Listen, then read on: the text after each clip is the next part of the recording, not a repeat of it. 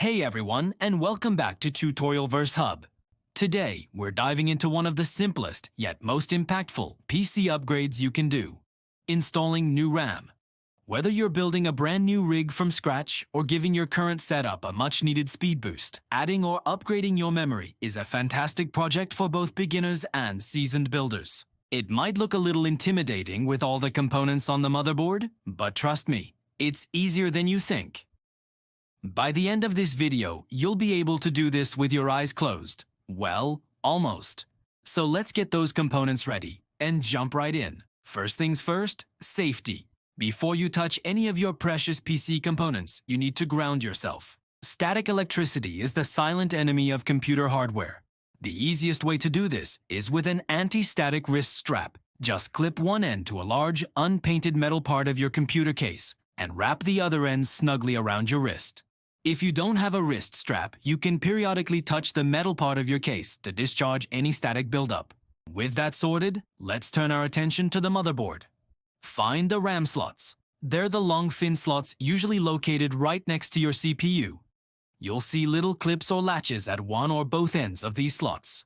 To prepare for our new RAM, we need to open these up. Just gently press down and away on each clip and they should pop open, ready to receive the new memory. Now for the fun part, installing the new RAM stick. Today, we're working with a DDR4 module, but the process is very similar for other types like DDR5. The most critical step here is alignment. Take a close look at the bottom edge of your RAM stick, the part with the gold contacts. You'll notice a small notch somewhere in the middle. Now, look at the RAM slot on your motherboard. You'll see a corresponding bump or key inside the slot. These are designed to ensure you can only install the memory one way, so you can't get it wrong. Line up the notch on your RAM stick with the key in the slot. Don't try to force it. If it doesn't line up, you might have the stick backward, or it might be the wrong type of RAM for your motherboard. Always double-check your motherboard manual for compatibility if you're unsure. Once you're certain it's aligned correctly, it's time to seat the module. Place the RAM stick gently into the slot, making sure it's sitting level.